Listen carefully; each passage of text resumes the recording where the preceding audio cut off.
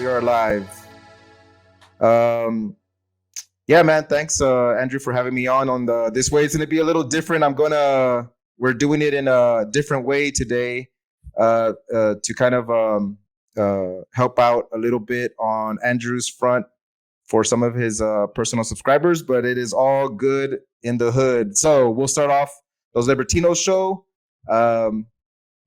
So welcome to Los Libertinos podcast. I am your host, Carlos Abelard, and this is Chingazos and Fire episode number 28. Our guest today is Andrew from Popular Liberty and the GOP Mises Caucus. He is a returning guest. Be sure to check out episode number 11 to get a background profile and his description of his archotropism framework. This episode today is going to focus a little bit more on his anti-tax plan and some critiques against it. We'll also get into other subjects. Welcome, Andrew, for coming on. Carlos, it's good to be here. I'm glad to be back and ready to correct the record. All right. You had another guest, who has had some critiques for me, and I thought they were, straw-manned pretty much all of them. So okay, yeah, we will definitely get into that. The last time we talked was back in August. So for the viewers that follow the show, can you kind of give an update of what you've been up to? I know you're a busy man. Yeah, so for the past few months, I've completed my, archotropism ministry, where I'm, going through and teaching this other side of economics that, libertarians really don't know about and don't like to focus on and like to pretend doesn't exist. And so I've gotten done, explaining what the problem is that we've been facing. So where I've come from that now is, now let's talk about the solution. And I've been going through for the past few months, arguing for my solution to this problem of archotropism.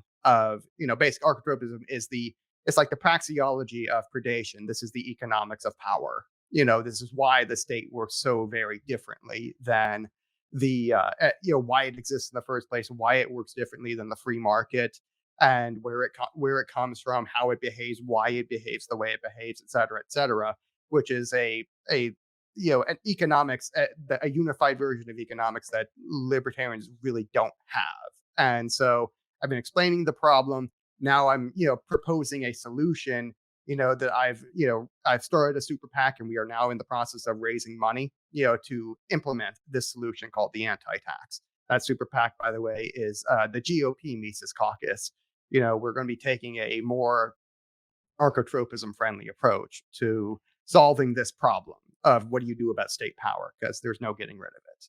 So for anyone that maybe doesn't check out episode 11 or doesn't check out some of your other work, I know it's not going to be easy, but you did mention to me before that your hardcore subscribers and listeners know archotropism in their heart. So when I hear someone say that, that means that they've internalized it, and that means that sometimes you don't need a long explanation to sometimes explain these things. Now, I know you've probably been on a lot of interviews and you've gotten sharper about it, but can you kind of give the short version of what archotropism is? Yeah, I mean, we can go through the first three laws pretty quickly because those are the source of the problem. I divide archotropism into really 6 laws. There's probably more, but these are the 6 that I've found so far.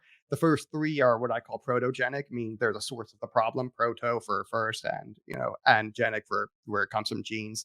And the second 3 are mutagenic, whereas this is why it doesn't look the same everywhere, because it mutates. And so the protogenic ones, we can just go through them pretty quickly. It's the first law of archotropism, is that it's the first description of the problem that the value of power is always conserved. Basically, it can neither be the value of power can neither be created nor destroyed. It may only be transferred from one wielder to another, or changed in one form into another. But the sum total value of power is always conserved. And the reason for this is, I call it, this is the conservation. It's not that the power itself is conserved. That amount can go up and down. You can create and destroy power. but it's the value itself, is the value of the act. The reason that is always conserved. The reason for this is that it's a pure transfer, and that is going to be a risk reward scenario. So like if I were to go up against you, and I'm basically I'm a thief, the value of predation is going to be, well, how can I take Carlos in a fight? What weapons does he have? What weapons do I have? How trained am I at using them? And so on and so forth. And and I'm going to measure that against the kind of subjectively against well, is it worth it? If I get like $5 out of him, it's not, the violence or the risk to my life might not be worth it.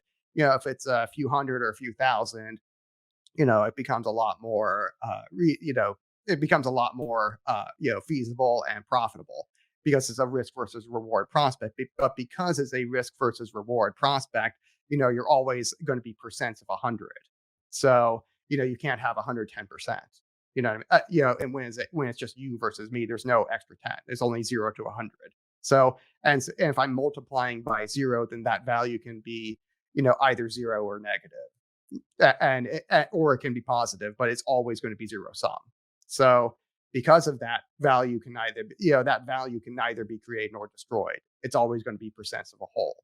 And so like if I were to go up, say like, hey Carlos, I'm going to fist fight you for your wallet, and we'll assume that there's money in your wallet that's worth the effort, and it's going to be but if I'll say I'm ready to fist fight you and you pull out a knife, it's like, well, okay, now I'm at a disadvantage.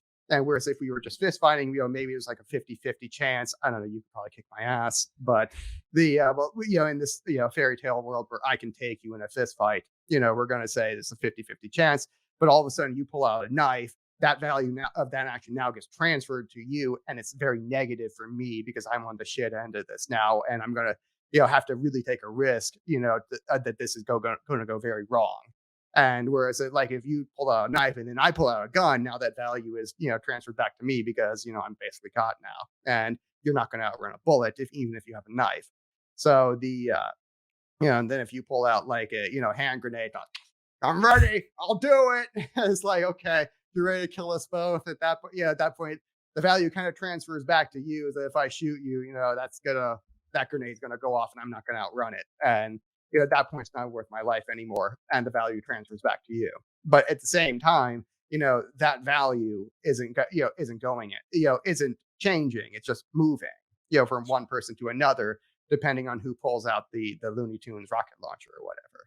And so that's like and you can scale this up to like a like a state or civilization level, to where, hey, I have instead of pulling out a weapon, I bring 2 of my buddies and we're going to gang up on you and kick the crap out of you.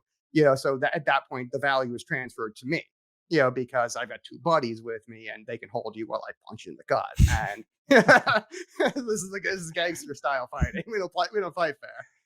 I'm sure you can appreciate this.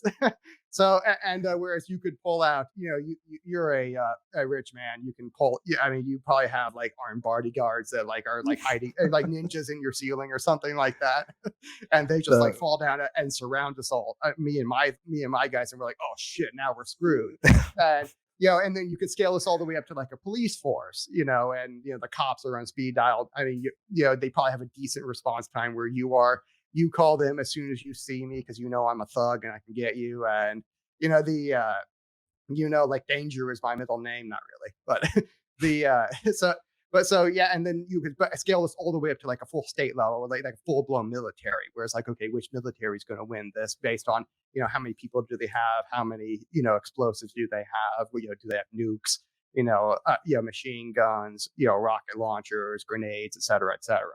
And so but at every turn, it's the value of power is based on the act. It's based on the act of me versus you, not simply me producing something by myself. And that's something that's very different than the free market, which works on a positive sum basis, where I can produce something, you can produce something, and we can exchange our produce and create more value in that process. You can create your CBD, I can create my software code, and we both change those for money, and then I can exchange my money for your CBD, and we can both be better off for it. and that's a positive sum, sort of system, and so that's very, very different than the free market. Yeah, or actually, no, I'd say that is the free market, and that's very different than the really the predation market or the aggressive order market, as I like to call it. Or really that's what it is in the classical liberal sense is that the state is an aggressive order where you are forcing my way, my laws on you, and that's the value proposition that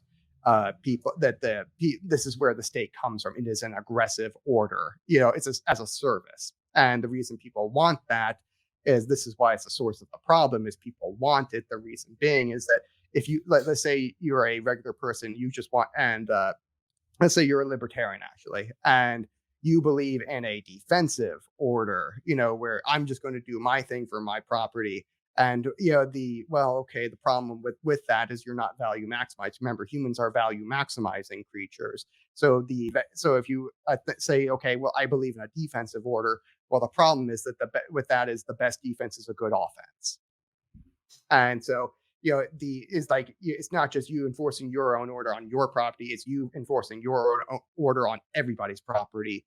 And that's actually what makes a more stable system. And when you have a system where everybody can partake in that, and you can kind of average it out, which is like theoretically what you can do with democracy, not really, but theoretically with democracy, everyone's vote gets kind of averaged in, and you get some sort of happy medium of people's opinions. And this is where you get an aggressive order that people will find more value, because again, a good defense is the best defense is a good offense. And so Andrew, I have to interrupt you. So are we still on rule 1? Yeah. And so we're about so it's hard. It is hard to explain this in short, right? I mean, it is, right? I mean, so but we just got through like the main source of the problem. Okay. And the second two are a little bit quicker, where the second two is second one is that power seeks consolidation from low concentration to high concentration, and predation is defined as the consolidation of power. So this is the definition straight out of the left, and we'll get to why at the third law. But for a second law, what this is saying, that when power seeks consolidation from low concentration to high concentration, what this means is that the strong prey upon the weak and take their power from them. And you can think of a weak person as a low concentration of power and a strong person as a high concentration of power, and that can vary in all of its forms. And so the third law, and so that's the second law. The third law is that and again, that kind of goes back to the first law, which we said, okay, remember, it's a risk versus reward prospect. If I'm not substantially stronger than you, then this is probably not going to be a valuable thing for me. Whereas I'm weaker than you, it's like a negative value. I really don't want to do this. If I'm the same as you, it's really, really risky, because it's a 50-50 chance, it's a coin flip. Whereas it's like, if I'm really stronger than you, like, let's say I'm Alabama and you look like anyone, I don't know, anybody else. I'm thinking college football, American football, I'm Alabama, Roll Tide, we win at everything. And maybe you're the Florida Gators, and, this is not going to end well for you, because we're going to kick your ass up and down the field. And, I don't know who in everybody else's football, like, not. But it doesn't happen all the time. The underdogs win sometime, though, right? Not against Alabama. Okay. It's very, very rare. And they win basically everything. It's like, if you bet on them on the money line to win, it's basically like betting on the sun to come up. It's like a lock. So it's a really, really good bet. Anyway, you get shit odds for it, but it's basically still a win. And anyway, so so basically, this, with the second law, what we're kind of referring back to the first law here, where, hey, if power seeks consolidation from low concentration to high concentration, the greater that difference is really what determines how enticing that act of predation is. And so we get to the third law of archotropism, which is that its value is not just relative, it's not just conserved, it also has a subjective component to it, where my opinion of it, of how valuable it is And this is something that, a law that all Misesians and all libertarians theoretically should accept. Even non-libertarians usually accept the subjectivity of value. And so the value of power is no different. It's subjective. It's subject to your opinion and to your preferences. And those preferences go on basically a bell curve, like a statistical bell curve from low to high. So you at one end of it, you have a very low time preference for power. Basically, it's also subject to your time preference, really. So that is basically how much you really want to defer this act of predation until you really need it. Or how much. And whereas, like, if you're on the right, you have a very low time preference for power. You really want to defer this and this thing until you really need it. You want a small government that doesn't do much for you, but beyond defending your natural rights. And if you're on the left, you have a much higher time preference for power, where you want to force people to live in a utopian way. And so it's like you look forward to the day where we're all going to be wearing state-issued gunny suits and saluting dear leader, basically. And that's my stereotype of them. And then of course there's people in the middle. They're the centrists, and we hate them because obviously, they have a middle preference for power. We kind of want to balance it out. And this is where we get, our system of democracy, our republic. The reason is most people are kind of in the middle, and they're not on the wings, and that most people have like a middle preference for power. What happens with this is that this is, when you put this into a republic, is that what ends up happening is you get a system that really has a whole lot of moderates in it, and they're really shitty. And both the right and the left can agree to hate the moderates because, and so that's like the source of the, that sums up the source of the problem, of where this state is coming from. And you'll see them, behave different things based on these time preferences for power and acts of predation. Fair enough. So that's the source. And then, so that's the source. You're saying then but does archotropism scale up to not scale up, scale down to normal interactions that people have in business and families? How can somebody learn archotropism and then strategically try to get something that they want in either business or family? Can you give an example of a family setup? There's this guy that just like a little quick something that somebody can relate to, kind of in that way. Because some people are gonna get lost, man. They're gonna hear what you're saying, but sometimes they gotta get it down to the street level. Even though I know you were talking some gangster shit, you know what I'm saying? Are there other aspects of life where we see something like this? Yes. Like if you are a very, very, very strict parent, this often, gives you very rebellious children because of what I call the sixth law of Archotropism, that for every overreaction, there is an equal and opposite overreaction. So like if you are the parent, you are in fact enforcing an aggressive order on your children. I think this is like the natural order where it's okay because they're your children, whereas, this isn't actually aggressive, in the strict sense. It kind of is, but when you say get in the car, they have to get in the car. It's not like a democracy, they don't get a vote, so if you're like a really overbearing parent, this will tend to produce much more rebellious children, when they get older, and then they kind of want to start rebelling against you and, doing drugs and doing all the shit you told them not to do. And whereas if you're a very laissez-faire parent, what will often happen is because you're not enforcing any sort of structure on your children, and children really want structure, they like it, it's good for them, and instinctively they know it, you will tend to get a lot more like top button, very, very structure oriented, hierarchical thinking children who want that structure that they never got as a child. And so you do see stuff like this all over the place, in the rest of life. We get more into that with like the mutagenic, where we see it elsewhere in life. You get there with the mutagenic laws, but I don't really want to get into those right now because that's a little more involved. All right, fair enough, man. Yeah, so anybody out there that wants to get some more in-depth information, for sure, check out Andrew's page to get more into that. But you had mentioned structures, and I've heard you mention also that the incentive structures of the republic our current federal republic is to centralize power and to grow, and that those powers are so strong that it's either like it's pointless or you're just wasting your time trying to change that system right now, and that it's best to use your resources and energy and time locally. Can you kind of first kind of explain the incentives of our current at the federal level, and then kind of explain why you know you think it's a waste of time to put too much energy there, and then why you'd want to go locally, and then we can kind of get into the anti-tax. Yeah, so at the federal level, there's quite a number of different things going on. And between the federal bureaucracy and and in the, it's funny because in the republic, all of the emphasis is put on the people we elect, and we think they have all the power. In reality, that's not the case at all, not even close. And the actual power centers of, the state, or what's called the Iron Polygon by Mencius Moldbug, who is known as Curtis Yarvin.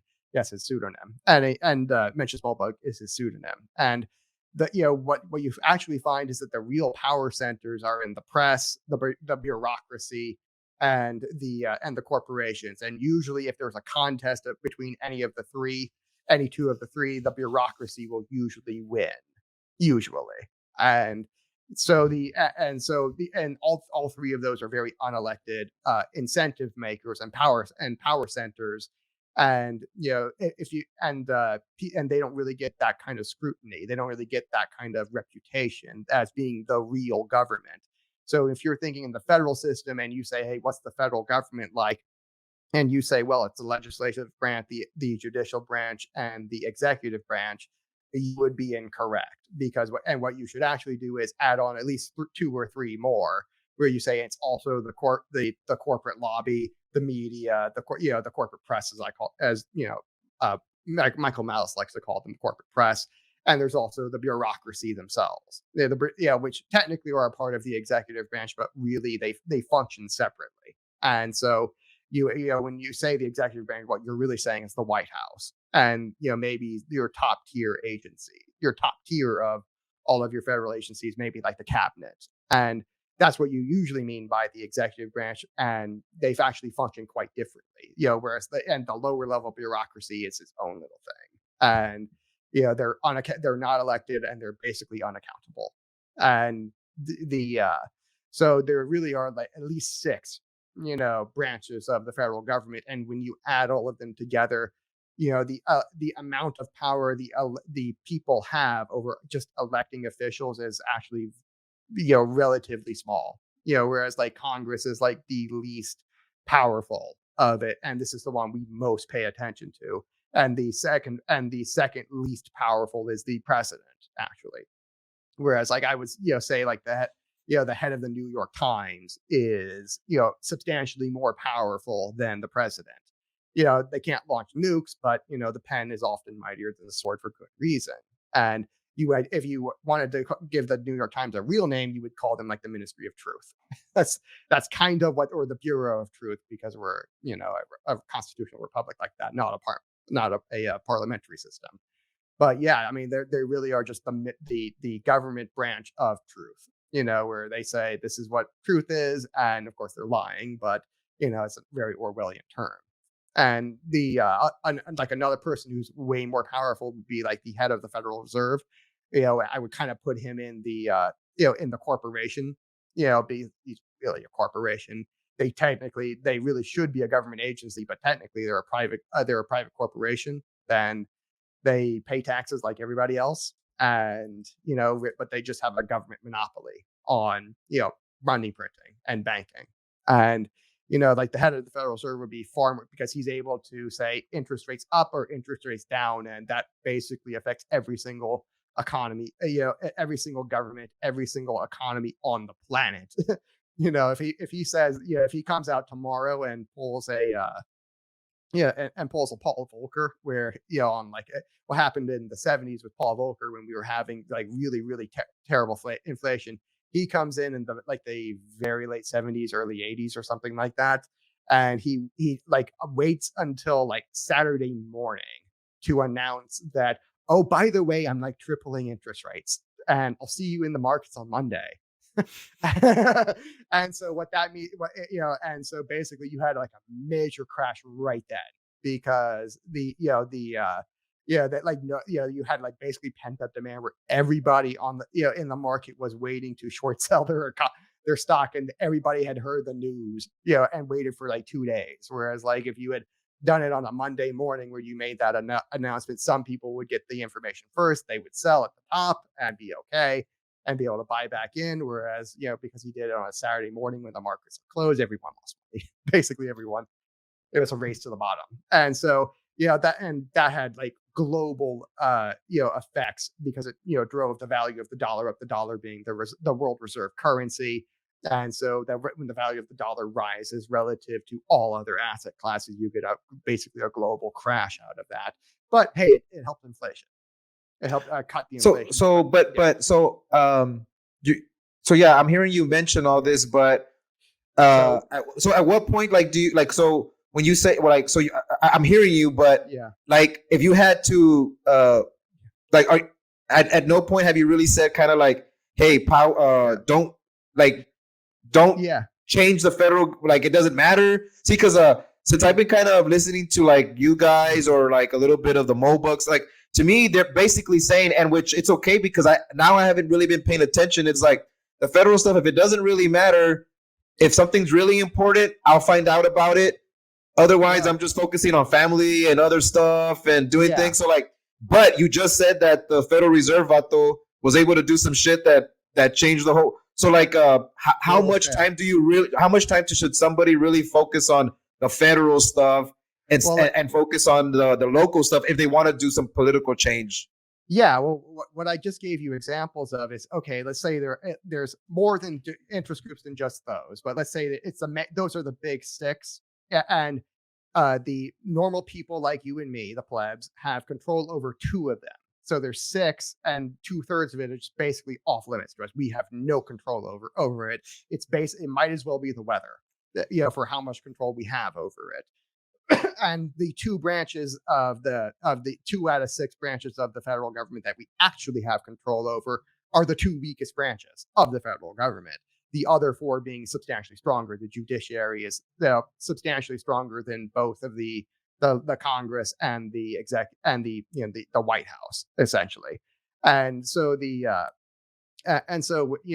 when I say that, okay, 2/3 of it is basically the weather. You have no control over it. So, and of the remaining third, it's by far the weakest of the third. And so you really can't control much out of it. Even if you elected a whole bunch of Ron Pauls, they're still not going to win.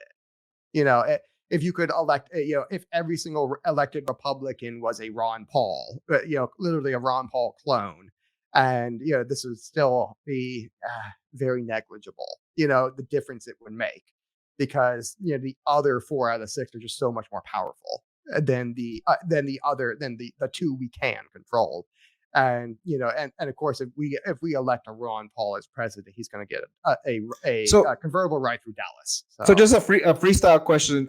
That's funny. Yeah. A freestyle question, just because so then how did like someone like Andrew Jackson like was able to get rid of the central bank? Like what kind of what was up with that? I mean, because all we had to do, well, what happened with it was the second central bank that we had as a country, and what it had written into its charter was like every 4 years or something like that, it had to be renewed. I forget what the term was, but it had term limits, and if the president chose not to renew it, and the Congress chose not to renew it, Congress and the president had to renew it together. Congress wanted to renew it, and Jackson said, nah. And Congress couldn't get the votes to override him.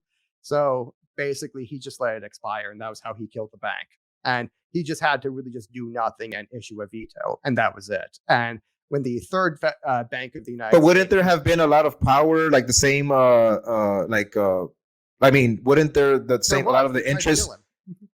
They tried to kill him, and they actually shot him, and he survived the gunshot, before he was able to, they tried to kill him before he vetoed it, and it didn't work, and he survived. So It's like they really, and he was able to whip his own party into shape and keep them on his side. And they just they weren't able to beat him, and they did really, really try. And eventually they came back, and they met, after he was gone, and they gave us the third central bank, which is the current Federal Reserve, which is neither federal and has no reserves.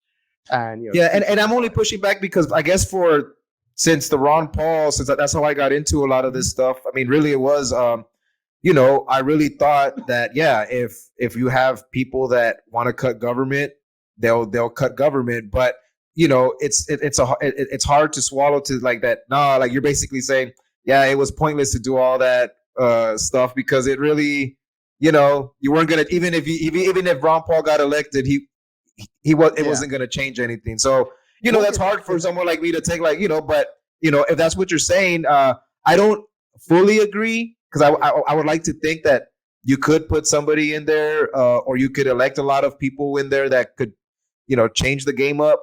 Mm-hmm. But I guess you're saying that they can't go against that the bureaucratic class. They're too strong, I guess. Yeah, I can make this argument a whole lot better when we get to part number 3, which is where I kind of fire back at the LPMC, who fired at me first. And because they have a national strategy to do exactly that, and that they want to be Ron Paul 2.0. They say this is the second revolution 2.0 is what they call themselves. So let's get into it. Well, when we get to that, let's explain the anti-tax first, which is my solution. Yeah. And, okay, go for it. So I was just trying to kind of let the audience know, hey, if you want people to focus on the anti-tax plan, you want them to not focus on the federal stuff as much. What is the anti-tax plan? The plan you got?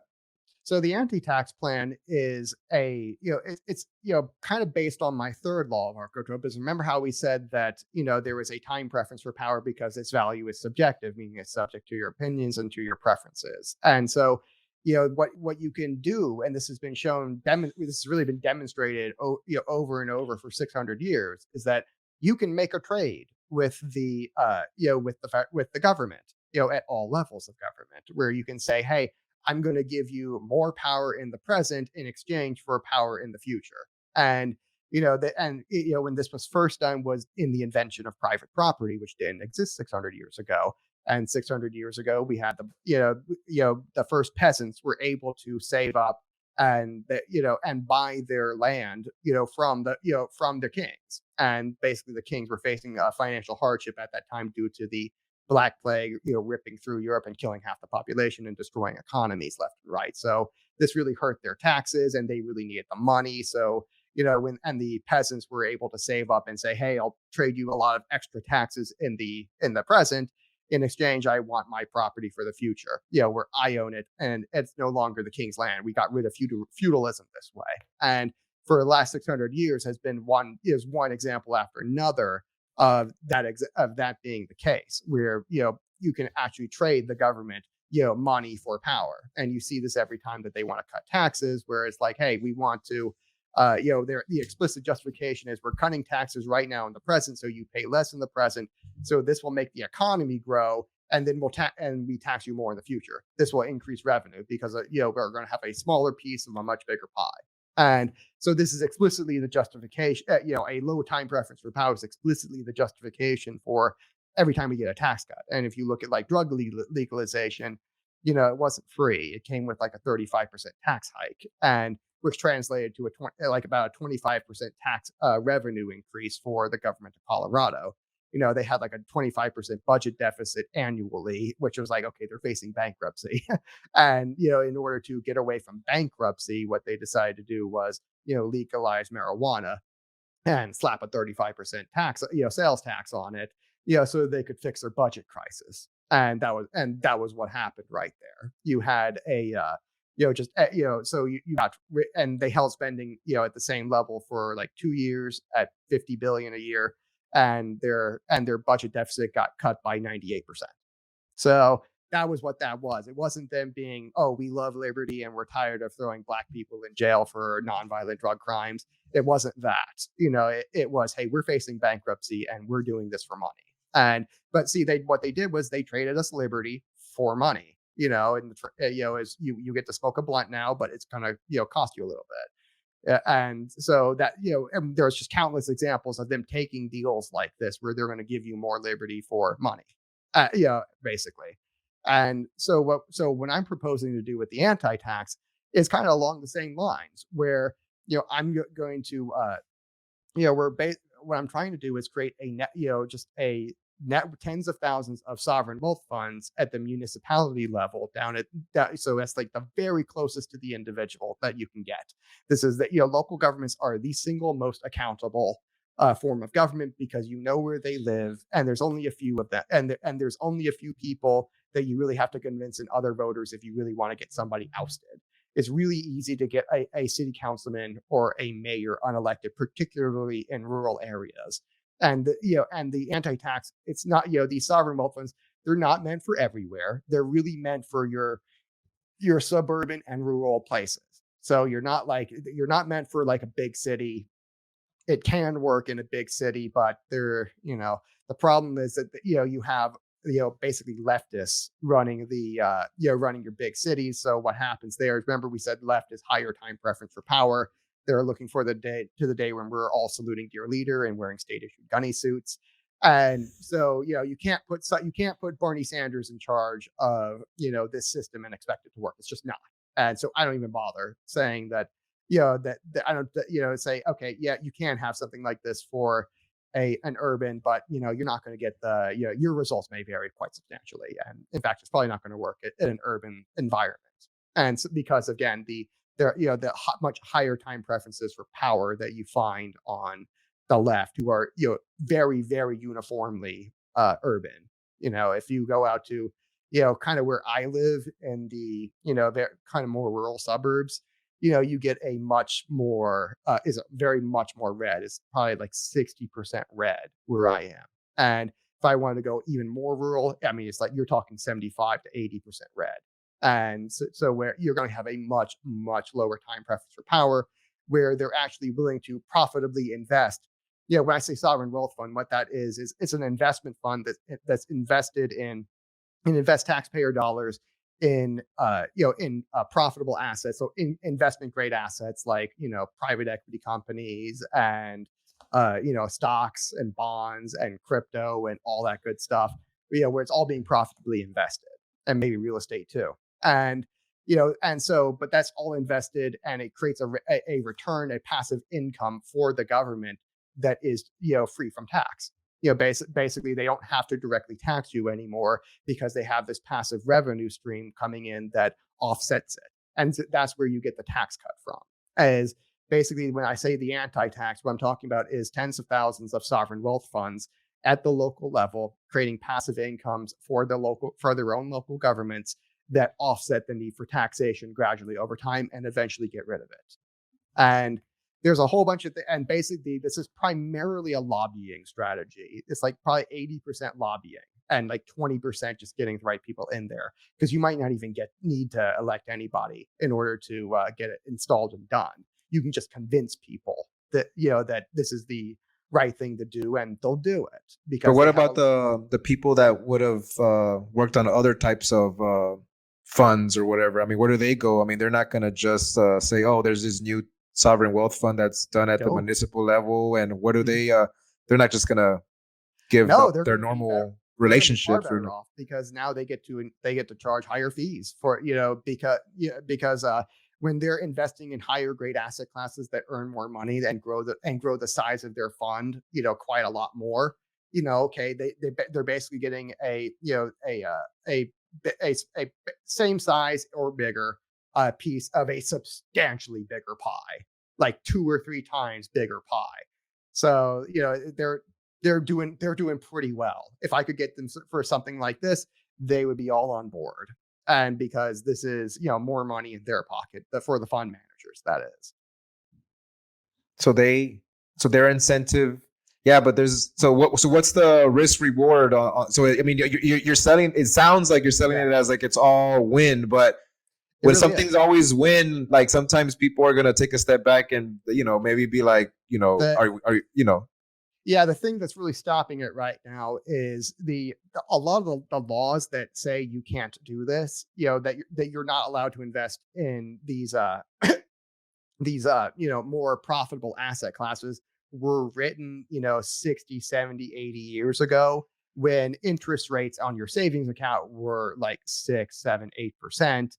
And it really was better to be putting that savings bond. Basically, if you look at the local governments right now, they tend to have 8 to 14 months of reserves on hand. What that means is they've collected 8 to 14 months of taxes in advance, to where if they just had zero taxes collected tomorrow, they could go for 8 to 14 months, without collecting another dime of taxes. And that kind of just sits there year after year. It used to be gathering interest, but now that interest rates are at like zero, this is like, it's basically just gathering way more inflation than it is interest. And you having negative, you're taking a loss. The taxpayers are taking a loss every single year because of this. It's a guaranteed loss because of these laws. And they're not benefiting from this. And it really is just these outdated laws that really just need to be updated to the modern era, where zero interest rates aren't going away. And this needs to be changed so that we can the people can stop taking it on the chin and have a guaranteed loss every year. Hey, what's up, everyone? Visit buenterprises.com.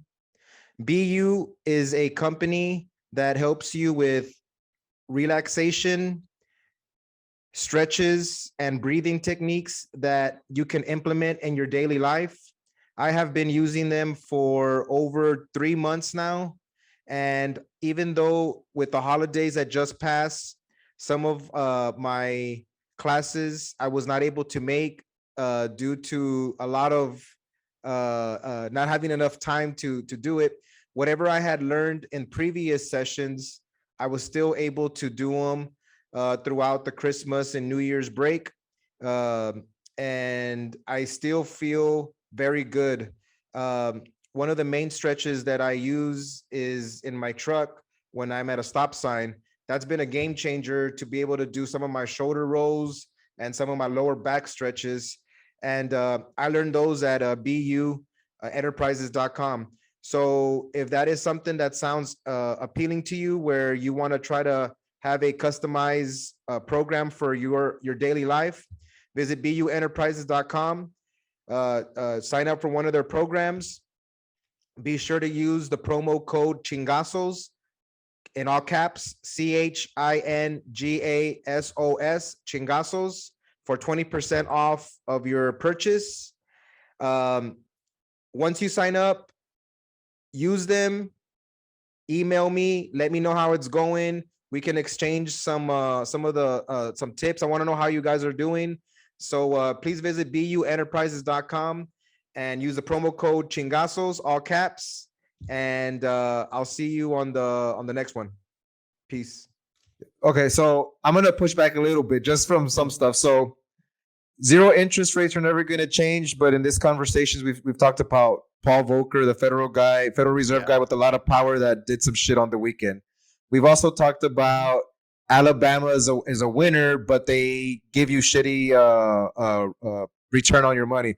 So, but it sounds like you're selling Alabama and zero interest rates, but like I mean, what I'm trying to say is like, is there any like you're selling like a big winner here, but why hasn't anybody else thought of this, or why hasn't anybody, I mean, are you a genius that's creating this, and or what is it about like your vision of this that you feel that you got something here, and that maybe and the laws haven't just changed? Because if laws don't, you've said that there's incentives for lobbying, so that means that the lobbying for the old laws have stayed the same. They don't. It's business as usual. Everything's kind of going with the flow, and some people don't like to change it up too much if they got a good thing going. Can you I don't know. I kind of asked the question, but can you? I know what you mean. Yeah. So why is it that this hasn't been updated in a long time? I really just think it's, they have other things. Yeah, they have other things to do. And this kind of was, forgotten about. It was done and forgotten about. And there's also you do tend to need a good, if you want to change something, you do tend to need a good explanation for it. Like if you were to, again, like if you were just to rewind the clock 20 years instead of 80, you still had savings accounts that made, a good 3, 4, 5% interest, back during the early 2000s, late 90s and stuff like that, to where, the law still made sense, that, okay, we're putting, instead of putting these funds at a risk, where they might go up 10%, sure, on average, but we really don't want like the potential 20, 30% correction on an off year, which did happen in 2008. This is what slammed interest rates down to zero. And so, but if you just rewind the clock like 15 to 20 years, these laws still make sense, and they just haven't been updated to account for zero interest rates, which are a phenomenon that's only 10 or 11 years old. And I think that's the main reason for it, is that back then it just wasn't like necessary, and it was also not politically feasible, to it's like, it's not quite, again, it's a risk reward prospect anytime you're dealing in politics, is and but whereas now I'm saying, okay, every single year now we're taking a guaranteed loss on the money that we have. And so, a guaranteed loss is not better than, for the taxpayers, than, making a diversified income that, isn't a guaranteed loss. It's like, it's now the risk reward prospects have changed in the last, 10-ish years, 13, 12, Yeah. 13 years. So like, yeah, man, this is not my world. So when I say world, like finance and investing, I mean, I'm a real estate guy, so I have investment properties, and it's pretty simple. You rent them out, and you get some money, and here you go. So that's as easy as it goes. But I did watch this show Billions on Showtime, and man, those what do they call them? Venture capitalist people. I mean, they're trying to figure out all kinds of ways to make money. Mm-hmm. And to me, it sounds like if the rules haven't and the laws haven't been changed, it's because it's kind of like the playing field that everybody kind of agrees to play on. And once you change the field of play, there's going to be these people that are going to find ways to manipulate, figure out ways, different ways to, to create chaos within the system. Have you accounted for those type of people, which is like, it's in everybody's nature, as according to the show, man. It's just like these vatos are consistently trying to figure out how to make money for their clients, Yeah, I love Billions. It's such a good show on Showtime. Oh, yeah, that's great. Yeah, the way I would account for it is just pay the people. It's like, if you want something done, pay someone to do it. You don't like go if you don't you don't go to the farmer and make a moral argument to him as to why he should feed your family. You just hand him money and he hands you food. And so I propose like the same exact thing with all the players in the system, is that, okay, what you need to do is design an incentive system that kind of works for everybody and that can still be gamed the same exact way that it's being gamed right now. And that nothing really changes except the mode of the funding mechanism. And that's what I've tried to create here with the anti-tax, where now I'm hearing you. Yeah, now I'm hearing you. And so basically, what the law is right already is that, hey, this thing has to be managed professionally. And there are some standards for that. I'm going to change those a little, but that they're going to be more inclusive rather than, and that would be to the benefit of like the banksters and the hedge funds and all them. And so they're going to cut, I'm now appealing from a very, I'm going to take it away a little bit from a smaller interest group who are still going to get their fair share because I'm still writing them into the law. And so their preserve is going to be kept for the most part, increased over time due to diversification laws, which is something I'm going to be lobbying for. But I'm also expanding the pool radically of other kinds of funds and venture capitalists and banksters and all that like that who can come in and will be now more satisfied with the system. And so so Andrew, check it out.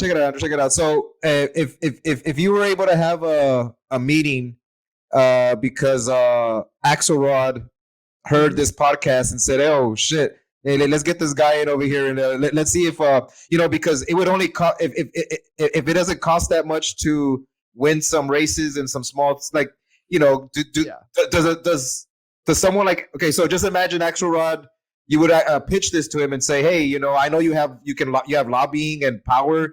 I can make, I mean, is there even a way to play it that way, or is it that it's that when you say, oh, everybody still can game the system?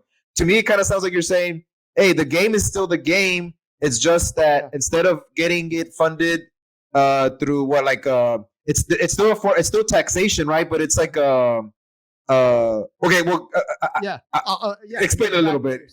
Yeah, so the difference, like, imagine you're like playing Call of Duty, and the difference between the current system of Call of Duty as, like, okay, you can get different kinds of guns and different maps, but it's still basically the same game.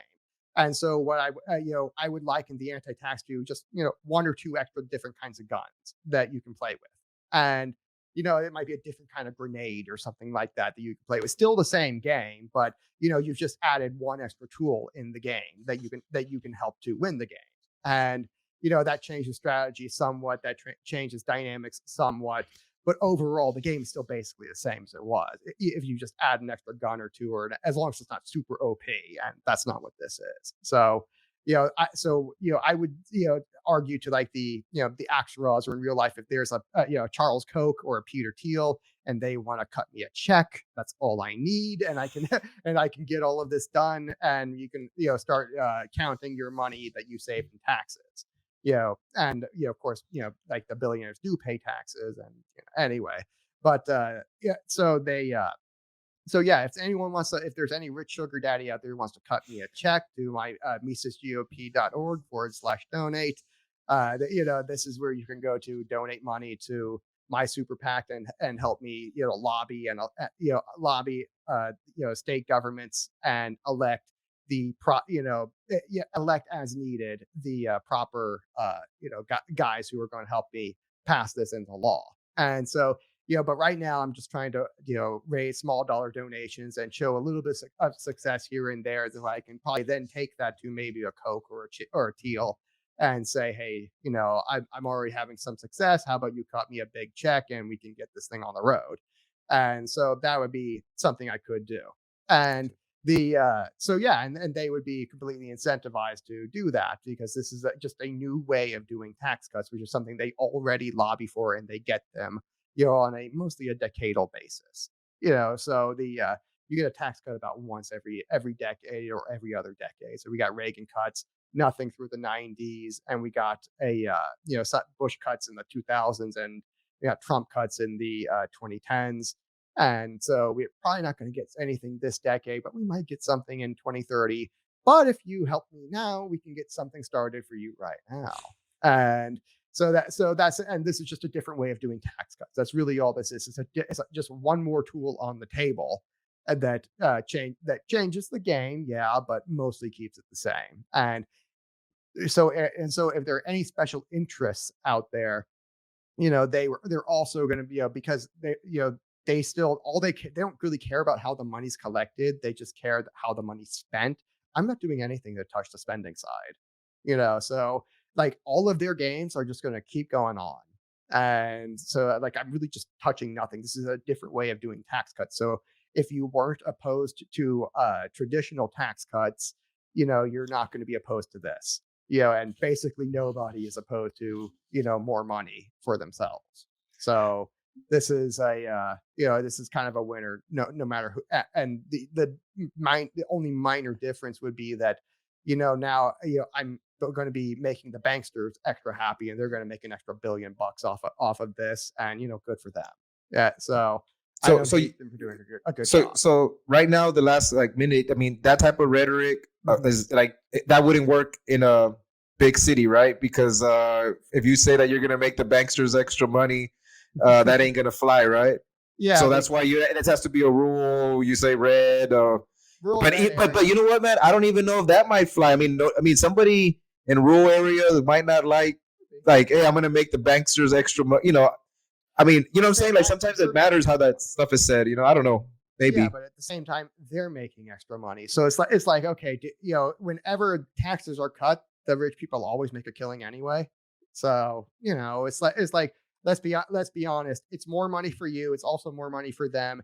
Do you really want to have a worse life for yourself just so you could stick it to, them, and they're not even going to feel it? Like when it's like 1 or 2 extra billion for them, it's like they don't really notice it. When it's an extra couple thousand for you, you notice it. That's a big change for you, right? And again, these are all at scale, but I generally think most people, again, for the right wingers in more rural and suburban places who already have a lower time preference for power, already believe in tax cuts, for everybody, including the rich. They'll probably be it's like this is just a different way of doing tax cuts, and they'll probably be on board with it. Because they're already on board with regular tax cuts, which already benefit rich people disproportionately. And so, whatever. And it's more money for them, and less that they have to pay. They get the same level of government services. So we've been kind of jumping around in the conversation, but to kind of get to this, like, kind of the second half, or the final of the interview, I had on episode 25 a guest come on. His name is Drake, and he reached out to me because he kind of had some critiques of your anti-tax plan. And I want to go ahead and give you the floor to kind of go down the line on some of that stuff. I was hearing him out because I think everybody's trying to be sincere in this. But some of the stuff was like, some of the math and some of the rates that he's picking and some of this and some of that. So the floor is yours to throw down. Yeah. So when Drake came on, and he had some good criticisms, and not on your show, but that he wrote on his first article, I thought some of these are good, and it's like, but I'm just gonna. I had answers for all of them, and I thought, okay, I'm just gonna turn this all into a frequently asked questions list at the end of it. So he ended up helping me create a frequently asked questions list. Thank you for that. When he came on, I thought he was, either very, very ignorant of things I've actually said, and I thought he was very, very much mischaracterizing, or even just like getting it straight up wrong of things I've said and how I've actually explained the anti-tax. And so I went through and I made a list of all of the claims he said. I'll just read them off in order, to let me just move my document over and say that, okay, some things, here's what he said, and here's what is actually true. And so, the first thing he claimed is, Andrew said the LPMC should drop everything they're doing and focus on this. I've said, no, this is entirely false. In fact, I've said exactly the opposite repeatedly, including multiple times in my conversation with Dave Smith, where, I gave a presentation to the Florida LPMC a few weeks ago on the basis that they should do these installations, these anti-tax installations, while they're getting involved with local politics anyway, which is like 1/3 of the LPMC strategy is local politics. So they're already doing local politics, and this is a local level policy, and they might as well just do this while they're at it. And so they're going to be doing other things. And so once you set this thing up, you don't really have to manage it too closely. Like at least as a city councilman or as a mayor, you don't have to spend a full time doing this stuff. You would mainly set it and forget it, and the fund managers would basically do everything for you. And as long as this thing doesn't go tits up, you're okay. And so you don't really need to do much with this. And so you're just do this once, and you can kind of just move on and do other things. And maybe I like that though, but hey, that'll catch the set it and forget it.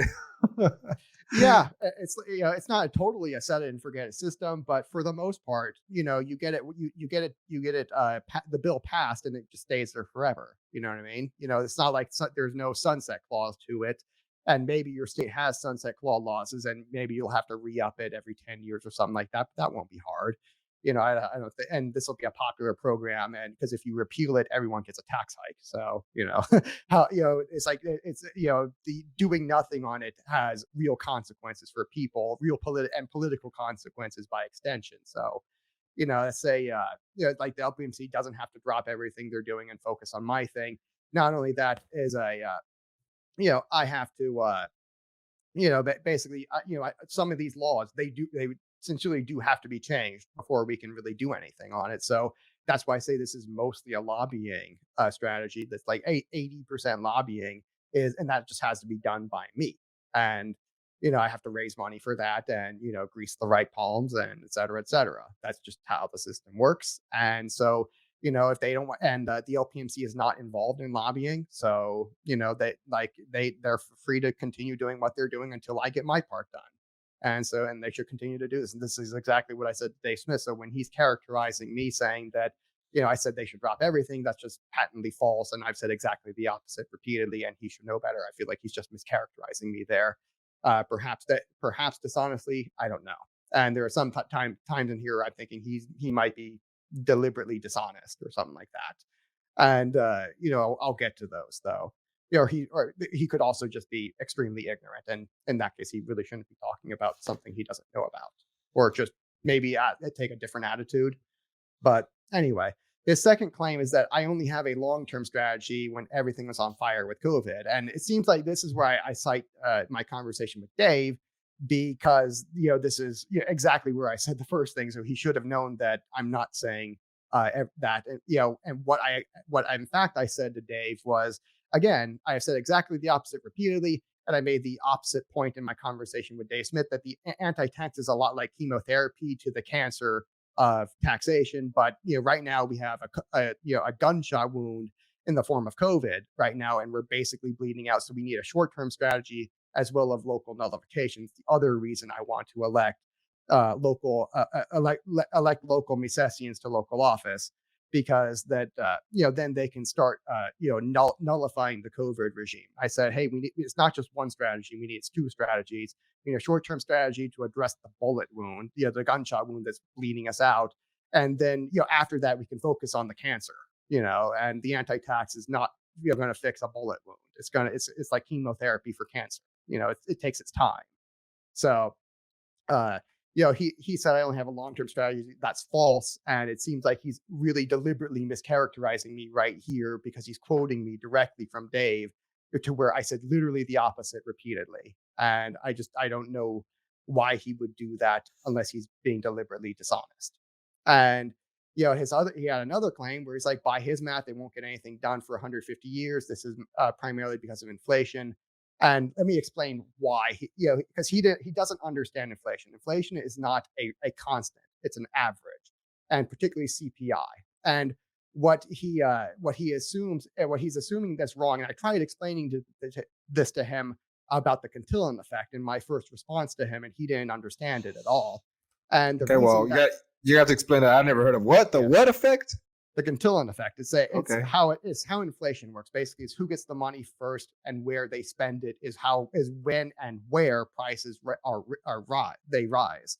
So the reason it's an average is that you have urban areas, and primarily on the West Coast and in like New York City, that are disproportionately skewing inflation up. So this is like the reason why housing in California is so ungodly expensive. Like it costs you like a 1-bedroom, 1-bathroom costs you like $3,000 a month and your left testicle.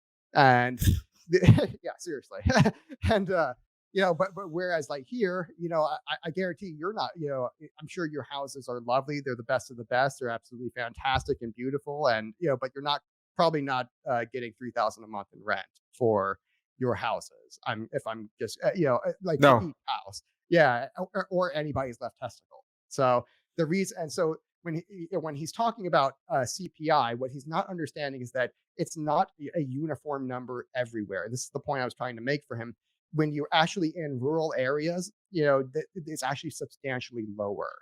So let me give you an example of what this is kind of like. Let's say you have 5 numbers, and you have 11, 1, 1, 1, and 1. So 11 and 4 ones. If you average them together, it's about 3% a year. And so your California and your New York are basically the 11s that are skewing everything else for the ones, which is basically ones, which is like the entire rest of the country. And so like if you have like a rural inflation rate, and that's what I use, you're looking at like 0.5% to 1% a year. And this is actually borne out in the data.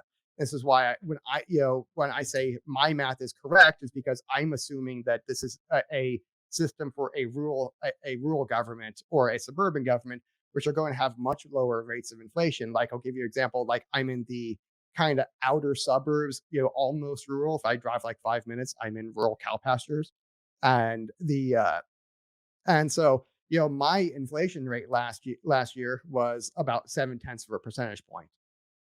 So, and I used 0.5 in my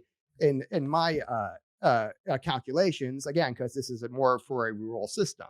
It's not meant for an urban area. And if you look at like urban areas, because I actually looked this up before I came in, if you want to look at something like a big city in Texas like Houston, you're looking at at an average for the past 10 years, the average inflation rate for Houston, 2 million people, has been about 1.5%. So, and he claimed it was like 3 to 4%. And Okay. the reason he did that is because as an average, again, we don't care about the average because we need to factor out all the urban areas, because this doesn't apply. Inflation is not uniform. It's very, very asymmetric, and it's very heavily skewed towards urban areas, which are like, again, they're like the 11s, and everywhere else is like a 1. And so yeah, I remember I asked him, where did he get the number from? Okay, then your explanation right now is explaining it. Okay, yeah, okay. And he knows this. I explained this to him already, and he still came on your show and mischaracterized my arguments after I already explained it to him. So I don't know why he did that. And so, but like for Houston, it was like 1.5%. That's a city of 2 million people, but because it's in the middle of the country, it's not California or Portland or Seattle or New York City, which heavily skew the inflation rate up, because that's where. And if you look at all of the 20 wealthiest counties in America, and you can actually bear this out, that what you find is like 18 or 19 of them are within 100 miles of a Federal Reserve Bank, because that's where the money physically enters the economy. And that's why I say this is the Cantillon effect, because those people get the money first, and they get to take it at they get to spend it at today's prices before the price rise happens. And so that's why they get a big bonus. They get wealthier by just printing money. That's how they do it. And so that's why, again, like it's like 18 or 19 out of 20 of your wealthiest counties in America are like right next door to a Federal Reserve Bank for this reason. That they're the ones getting the money first and getting to spend it first before everybody else gets it at the higher prices. So it sucks for us. And they're kind of cheating. And again, gaming the system. I'm not touching that. So, I mean, the system, the game will still continue to go on. And you can look at like, if you look at like the West, as just a big block. Again, this is all urban prices. If you look at that, for the last 10 years, it rose at an average of like, 2.1% a year, about 21% overall in the last 10 years. Whereas if you look at like the Midwest, where Drake is from, it only rose about 11.8% over that same time. So you had about probably a good like 8.3% difference, or 8.3, 8.4% difference over the same exact time. Because, again, inflation is asymmetric. It doesn't all happen at the same time at once, if at all. And so like the average for the Midwest, where, again, for urban areas in the Midwest, where Drake is from, I only call him Drake because I only know his first name. I say he's Drake, when I refer to him as Drake from Ohio, that's only because I know him as Drake from Ohio. I don't know his last name, and I probably wouldn't say it here anyway, because I don't really want to dox him, and I'm not that kind of guy. But for where he's from, in the urban areas of the Midwest, it was 1.25%, and again for the West, it was 2.13%.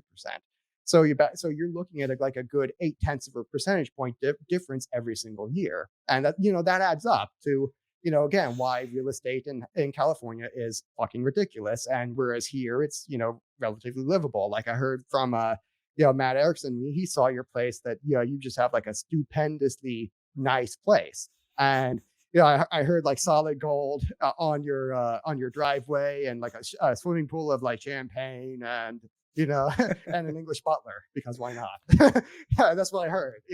I'm not sure if that's quite true, but heard you live like a king, man, and you deserve to because you work hard. But if you did your same hard work and your same income in California, you would be probably living more like a pauper, like me. So like, yeah. All right. So fair enough. So you made the point for that one. I mean, that's not cool.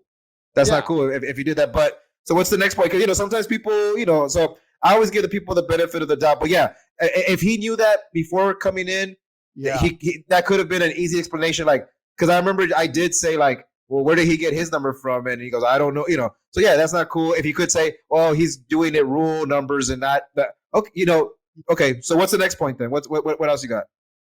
He had another thing of, I don't know why that Andrew argues that, because one of the things I say that, you can do with the anti-tax, again, because if you're going to be trading value for value, you can get, you can actually make this argument to them and they will, and if you have a mechanism like the anti-tax that, you can grow money pretty easily, what you could do with them, and they'd be incentivized to take you up on this deal, is to do kind of what Peter Schiff has down in Puerto Rico right now, where he has a contract with the government that says that because he came in at the particular time and created XYZ number of jobs and is creating enough money, et cetera, that he's tax free. They won't raise his taxes. He got a special benefit. He pays no federal income tax now because he's in Puerto Rico. They don't pay federal income tax.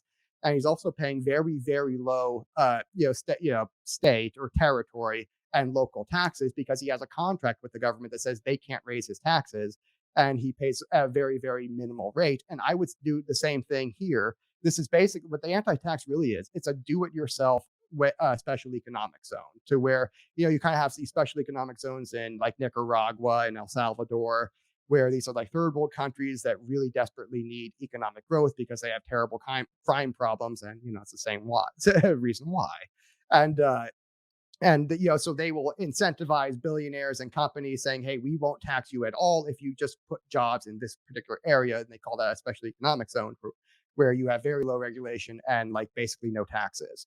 And that's how they incentivize, billionaires and corporations to bring their money to their area, even, in spite of the fact that there's tons of crime there.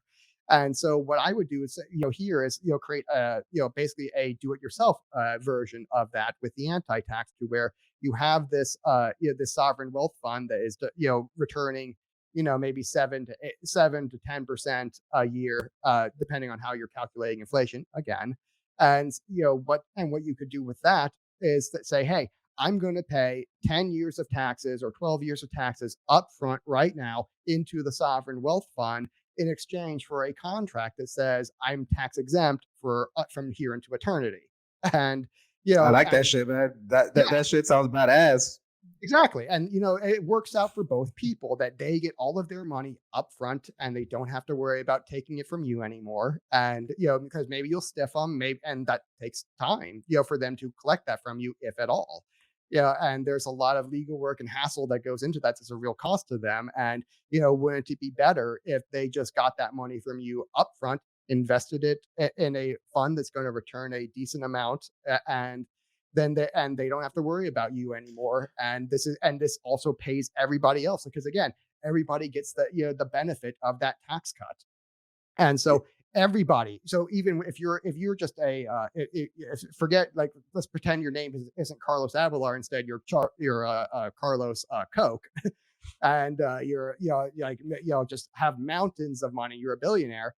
Well, this is, 10 years of taxes at Charles Koch's rate is pretty dang high. And if he's paying all of that up front and everybody's getting the benefit of that, they're going to be like, yeah, okay, we're okay with him actually not paying any taxes because they got their value out of it. So everybody's incentivized to kind of make this deal and take this deal. And so they're not. Go ahead. Yeah. Oh, no, I was going to say, you know what, man? I don't know. My brain starts kind of flowing in different directions, but even though I was a Ron Paul guy, the only time that I ever went actually knocking on doors for a candidate was for this candidate for Texas governor. Her name was Deborah Medina, and her thing was basically she was going to eliminate property tax, and I remember like, oh shit, that's fucking badass. So, I never went around knocking on doors, talking to people, the Ron Paul stuff, that's like online shit, but, what got me up to go knock on doors in neighborhoods that I wouldn't even was somebody tell us a candidate saying, yeah, I'm going to eliminate your property. But that was also because I had an incentive or interest because I knew that real estate was kind of like that's what I wanted to get into and my stuff. But right now, listening to you stay, because sometimes man, and I hope it doesn't come off in a bad way. Is that sometimes there's ways to simplify some things or either hook people on. But if you were to tell somebody, hey, my anti-tax plan is a way of creating an economic zone where you can give, where you have options to pay up front, this way, and then you're built. I mean, just what you don't got to be a genius. Like even like my homies, my familia that own, because Mexican people, construction people that I deal with, even though they're they got their one or two little properties, 3 or 4, that little casitas that they rent. And if you tell them, hey, it's the guy Andrew, he's doing this and that, and you just got to pay up front, 10 años, and you're good, vato. Oh yeah, okay, whatever, sign me up or whatever, So like, yeah. There is ways of getting people on board if if you talk to them, and there's obviously there's different audiences that you would be talking to, but yeah, man, you're already hooking me on it. And I remember too that Drake, he had mentioned that like about, and I remember even in the interview I said, shit, that sounds badass already. Like if I could, I'll pay. Maybe it's not a 10-year entry. If there's an option for 5 years, or there's different options because not everybody can pay a 10. But hey, give me anyway. Yeah. Or you could just like take a loan out and pay that in, and maybe, and because again they screw us every single year. Like your property value somehow goes up by 10% every year. This bullshit. It's a de facto 10% tax hike.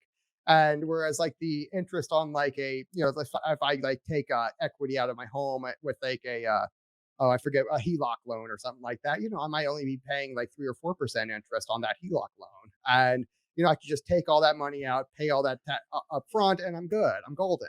I don't have to worry about it anymore. And and because this is another thing I forgot to mention, because the reason why, like, okay, well, what if you went to? I mean, this is again, I'll get to that, because this is another place where I feel like he really misrepresented it. But again, for just this one part of the contract thing, I mean, he was like, I don't know why they wouldn't be incentivized to raise your taxes in the future or something like that. I'm like, well, you have, and I've always explained this as a contract, and again, I've always likened it to Peter Schiff, and I don't know why like he wouldn't mention that part, and I just feel like he's really really misrepresented me in a lot of his claims, and he has another claim right here. He's like, hey, Andrew wants to repeal all existing anti-corruption and professional management laws and replace them with his own versions. And I'm like, no. It's like, the reason is that most of this stuff is already written. And so I'm just going to keep it the way it is and make some minor tweaks for my own little thing. Like I'm partway through writing the bill right now. And like, I know exactly what it needs to look like. It's just a matter of writing it. And, right now it's looking like it's going to be a less than a 10-page bill. And all I really need to do is say, okay, these laws do not apply to a special economic zone. And different laws apply. And, I know exactly the place in the legislation where I need to make the minor tweaks and say, okay, does not apply to this thing. And so, and in fact, these laws apply to, such a thing. And so all of the existing legal infrastructure like basically stays the same. I'm just going to make my own little carve out, and that applies to my own little thing. And if a local government wants to pursue special economic zone status, there's like steps they have to go through, and they can't just do it. Maybe they have to. And the bills you meant for state bills, right? These are to change state law, right? Yeah, for state law. Yeah. And so the basically again, I say upfront, like I have to change laws in order for this to work. This is not going to work if I don't change laws up front. And there's quite a few of them that I need to change up front. And so I don't need a massive coalition to do that. I just need me and some money to grease the right palms. What's up, everyone? Please visit palomaverdecbd.com for all of your CBD needs. If you need anything to take the edge off during the day, to help you sleep at night, or just with a little bit of body aches and pains that you might have, Paloma Verde CBD carries all types of CBD products that can help you on that front. I use it basically in the morning. I put some tincture drops in my morning juice, whether it's a green juice or orange juice. I put it in my drink. And then I also use it in the evenings to help me wind down, to help me get into sleep. And also, I take some of the gummies an hour before I know that I'm going to do an interview. I feel that it helps me just relax a little bit and focus on the task at hand of trying to make myself sound smarter than I am. So if that is something that sounds like it's appealing to you, please visit palomaverdecbd.com. Use the promo code Chingazos. That is CHINGASOS, Chingazos, and get 25% off anything over $75, free shipping. Once again, visit palomaverdecbd.com. It is a business that my wife and I run, and we are very proud of it. And we want to try to help any of you that are looking for some relief. So once again, visit palomaverdecbd.com and get your CBD products.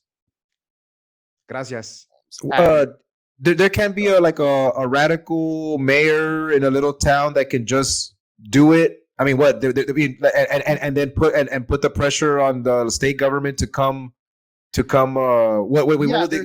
There's ways of putting pressure on them from the local level. That's one way to do it. I don't think it's quite necessary, but like one thing I could do, like I'm looking at like the mayor of Miami right now because he's expressed an interest of using his Miami coin, which is like a crypto scheme, to abolish taxation. And there are some problems with it, but they're all correctable. And there's no like real hardcore intrinsic problems that are going to tank his own system. But if he were to just attach his system to the anti-tax, and use his Miami coin as a funding mechanism for the anti-tax, then you could easily it becomes a working model overnight. The problem is with the state of Florida, again, they have some laws that need to be changed in order for the anti-tax to work. I have to change those up front, and for it to do. But what I could do is, because he's running on basically abolishing taxation, what he could do is, because DeSantis is the governor there right now, is just do it, even though it's technically against the law and it's not criminal, but just civil, and dare DeSantis to do something about it. And really, I think if you find a working model for turning all of Florida into a special economic zone, DeSantis is going to be on board with that. He's just going to be like, instead of, I'm not going to enforce this law at all. And in fact, when the legislature rolls around next year, we're going to turn it into law, and we're going to change the laws to make it legal. And because let's face it, if like the mayor of Miami were to just do it, even though that laws still do need to be changed for it, basically it's on DeSantis, Ron DeSantis, populist extraordinaire, to go against the will of the people to enforce this thing. And it's like that's a really bad look for him politically, particularly in an election year like 2022. And so he's not going to do it. That sounds more like kind of like rebel gangster shit to me. Like or here in Texas, some mayor in a little local city does this, does that. Like, is the governor of Texas really going to try to go in and do like the same way? And Abbott's been running on cutting our taxes for years, and so for him to when the mayor figures out how to give everybody a tax cut, is Abbott going to really do it during an election year where he's like, no, we're going, in fact, I've campaigned on this, but I'm going to take your taxes away from you. Your taxes go right back up, mister. It's like, no, it's like political suicide, and he knows it. So, all right, well, fair enough. If anybody's listening that knows little mayors or wants to be, or is a mayor of a little town, fuck it. Like, reach out to Andrew and do it. I'm just saying, like, that'd be pretty cool if somebody was actually to try it out that way. But yeah, so like, yes, some laws technically need to be changed, but like, I don't see that as a deal breaker, because again, it's like, I don't even think I need to really put pressure on them this way. This would be kind of like my plan B. My plan A is just, explain it to them and, make the proper donations to where they need to be donated to the proper campaigns. And, re-election campaigns, and just explain the thing to them. Here's the bill, pass it, we're all done. And because again, this is a win-win for them. It's like they get more money, and they get more stable income, so they don't have to really rely on the ups and downs of the sales tax. They can just get rid of it altogether, and so it's more stable, more predictable. More of their own special interests are going to like it, and the game just basically stays the same. Again, it's just like I gave them a different way of doing tax cuts. So that's all I really did. And they already have been campaigning on it. They haven't done it, but here's a better way to, make good on their campaign promise without having to cut spending. Because that's the other major benefit, from their point of view, is that spending levels get to stay the same, because the revenue is still coming in.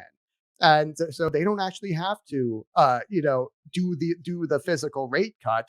They can just say, oh, well, you have an anti-tax. You can control it yourself. You get to set your own tax rate. Isn't that a good thing? Look what we brought home to you. You can set your own tax rate. You just have to pay a little bit extra money up front. and so they get the campaign on having, kept their promise. In reality, they didn't cut a dime. And, we can work on that later because, I still want those rate cuts, because it's less taxes I have to obsolete, obviously. And so you can, it's better for everyone. It's a better system that works for literally everybody. And, I just expect it to fly through committee, kind of unopposed, because no one loses from this. It's like opposing tax cuts, unless you're like some insane leftist and, fuck you anyway. It's like, I don't care about their opinions, and they're not in charge in Texas. So, I think this will, or Florida for that matter. And I think this is just going to go through because, again, it's better for the politicians, better for special interests, better for the people. And especially particularly for Republican voters who want their taxes cut because the property taxes they're raking us over the coals every single year. So I just went yesterday to pay my bill, man. That sucks. Yeah, I know. It's, I saw my property tax bill for the first time because I became a homeowner last year. I'm like, what the fuck is this? It's like I'm paying more in my taxes than I am on my mortgage, for fuck's sake. Yeah, it's just crazy, like who man. really owns this house? Yeah, anyway, but he makes another argument. Drake claims, hey, it's also illegal in Texas because like the first place I want to do it is like in Lockhart, Texas, and there's again, but there's a whole bunch of other cities that are in the running, from like between New Hampshire, where I'm talking with some elected leaders there about getting this thing done already. There's Florida, where the mayor of Miami again wants to abolish taxation at least, and he's passing a program to do it. So he's serious about it, and so there's a whole bunch of different places for who's going to be the first in the nation anti-tax or first in the world. And Drake claims, well, technically it's illegal in Texas. I'm like, well, yeah. This is his least worst argument, I guess. But, I've kind of addressed this up front at the outset, saying that, hey, laws need to be changed in order to allow for this. And, that's why I call this strategy a lobbying strategy. And like in all of my Mises GOP pitches, I identify this as such. And, and like I say, if politicians are for sale, let's just go make the purchase. We don't need to oppose them. We don't need to unelect them. Let's just like buy our liberty from them because apparently they're willing to sell it for the right price. Everybody has a price and we just need to figure out what their price is. And that's all it is. And then just pay it. And so like, this is another place where I say like, he's not quite showing good faith in his critiques because, this is a lobbying to change laws. This lobbying to change element is so up front and center in my talks, like it can't be missed. And like to pretend that I wasn't addressing this is like negligent or misleading. And like to his credit, I will say that I was mistaken about cryptocurrencies being allowed under forex laws, but all the same, they're still allowed under money market laws because there's a whole lot of crypto firms out there that offer what are lawfully money markets, and are insured by like the Lloyd's of London and all that, and I can just invest in those, and they're making like 6, 7, 8% yields per year because they're not FDIC insured. And to my knowledge, I don't think they have to be FDIC. Money markets have to be FDIC insured. They just have to be they just have to be insured. And so as long as the like something like the Lloyd's of London is insuring my deposits at like, Gemini or, like what I forget what the other ones are, we're sure these like big crypto savings account firms and stuff like that. I can just put my money there, and it's already legal, and I'm getting like a 6 or 7% yield out of that. And again, for a rural place, that's way beyond inflation, because again, for rural areas, it's only like 0.5% to 1%. And so if I'm getting 5 or 6% on top of that, that's great. That's excellent. That's a real cut for the people.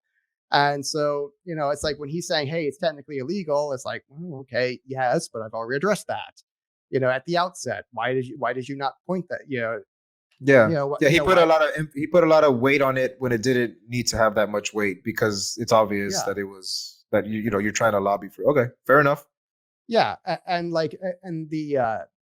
there's another thing like he brought up when I thought like this is probably like the one of his worst arguments is like that, and it's just where I'm thought like he's lying right here, like I know he's lying now, where he claimed that there's an opportunity cost and the LPMC already does lobbying. And I have a text from Michael Heiss right here, where he says, and I quote, one second, let me actually pull it up because I forgot to pull it up ahead of time. But but Michael Heiss says that's not true. Where he says, is this it? Nope, that's not it. Is this it? Yeah, this is it. Okay.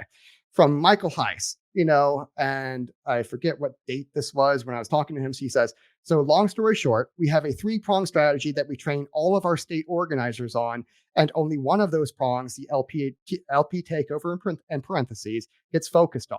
And he goes on to list those 3 prongs of of the LPMC strategy, right, which are 1, intra-party activism, 2, local level candidates and presidential when it comes up, and 3, issue coalitions. And he says we've gotten victories on all 3. And okay, good. And but nowhere in there is there a lobbying. So it's like, and Drake is a state organizer from Ohio. He knows better. He knows that what he said right there is not true. The LPMC does not do lobbying. They don't claim to. And I have a text from Michael Heiss saying so. And so and this is from back on November 1st when I was texting with him. And so, at 11:55 a.m. Central Time. So yeah, it's like he knows that is false, and they're not doing lobbying because again they have that L next to their name that's it's like radioactive. If you walk in to any to any legislature with an L next to your name, they're going to laugh at you. They might still take your money, but they're still going to laugh at you and not give you what you want because fuck you. And you're the enemy team. They're not going to help you. And so lobbying is not one of those 3 prongs of the LPMC strategy. And it's like, I think Drake was lying there. It's like, I've refrained from saying that earlier. And, I've given him the benefit of saying, I don't know why he said it for the other things, but right there, he should know better. And I'm like, I think he's being deliberately dishonest there. And, but to his original point, to his first point about like the opportunity cost, his example of like the Defend the Guard Act is a really, really poor choice. I mean, there are other things that he could say. And again, I kind of addressed this in the first point that, hey, I'm not saying drop everything and only work on this 365 days of the year. This is like, and like, again, I have to do my own things first. And the LPMC from Florida can, do their own things, while I'm doing my thing. And after they do this, it's kind of a set it and forget it thing. But like his idea of the Defend the Guard Act is an extremely poor example because what you're doing is you're going up against the first law of archotropism right there, where again, this is a fight, and right he's doing right there. The reason why the Defend the Guard Act has never been passed into law. It's only passed one house in one state, and that was West Virginia. And it didn't pass. It was not signed. It did not pass the Senate and the state Senate in West Virginia, and would have been vetoed by the governor had it been passed. The reason for this is that with the Defend the Guard Act, which seeks to bring all of our troops, or really bring all of our troops home, or at least say that hey, the National Guard cannot be sent to be at war overseas, without the governor's consent, or maybe the attorney general's consent or something like that. or unless there's a act of war that, declared by Congress, which for the current wars there has not been. So that would be a de facto way to bring all of the, bring a whole lot of the troops home. And the reason this is a really stupid example of an opportunity cost is that this is a head-to-head power struggle with the military-industrial complex, like the third or fourth most powerful industrial complex out there. And it's like, as a result, it's been defeated every single time because this is a power struggle. And again, this is why the anti-tax is different, because I'm not struggling with anybody. It's like, again, I'm trading value for value, and there are 600 years of examples with the with the government being willing to take deals like this. And like, everybody's in favor of a tax cut. Who's going to oppose me except like the most like harebrained leftist? And fuck them anyway. I don't care about their opinion. And literally, if you look at like Bernie Sanders, he still like tries to pay as little taxes as he wants. So he might vote against it, but at the same time, his taxes are still paying only 15% a year because he still doesn't want to pay taxes. Even the leftist, the socialist, doesn't want to pay taxes. Shocker. And so I'm not saying like the Defend the Guard Act isn't like a moral pursuit in theory, but I'm saying it has a snowball's chance in hell of passing because it is the definition of an unwinnable direct confrontation with multiple extremely powerful special interest groups, which is an extremely poor strategy, given the first and second laws of archotropism. And like, any resources spent on Drake's preference is basically wasted because it will only ever amount to symbolic value. And I don't place any value on symbolism. I want real results. And so I'm focusing on something that, again, goes with the third law of archotropism, which says, hey, there's preferences here. And so I'm just going to trade them, value up front for value in the future. And it's a trade, it's value for value, which creates more value. And both sides benefit, and again, 600 years of examples of states being willing to take deals like this. So it's like, I feel very, very secure in my strategy. And because it has, again, it's like a snowball's chance in hell of passing. And it's been defeated every single time it's been tried for exactly that reason. Fair enough. Yeah. I mean, the lobbying, even though we consider the military industrial complex to be like, when I hear it, it's like a federal thing. But shit, no, man, that stuff trickles down all the way, especially like in San Antonio where I live, like Military City, USA. You're not going to do nothing here to stop any of that type of money flow or different things like that. But yeah. So yeah. Every time this thing gets brought up for a vote, what happens is the military industrial complex sends a general to the legislature to lobby on their behalf and say, well, this is exactly why we need this base right here, or this is exactly why we can't pass this bill because it will just kill the troops overseas and they'll get murdered by Al Qaeda or something like that. And the politicians invariably believe it, and the bill gets killed every single time. And so again, it's a moral idea, so good, pat yourself on the back. You fought the good fight and lost, which was complete. It was a good fight that was completely unwinnable. And whereas you could have done something like this that, provided real value for real people and, nobody loses from it and you don't have to fight anybody. So yeah, I just like, what's another critique that you had there in the mix? Or are those are the main ones? Oh, no, I got like 1, 2, 3, 4, 5 more. Give me like your top 2 there, to kind of get here towards the end of the interview on my end here. Yeah. Okay. So the ones that you kind of think make the point that maybe, like, I think what you're trying to say is that he was throwing chingazos, but they weren't really hitting. They weren't really hitting or nothing because they weren't even at, like, I guess, the level of where you're at, because I don't know. There's something about like, for instance, like that inflation one. Yeah, I mean, I asked him.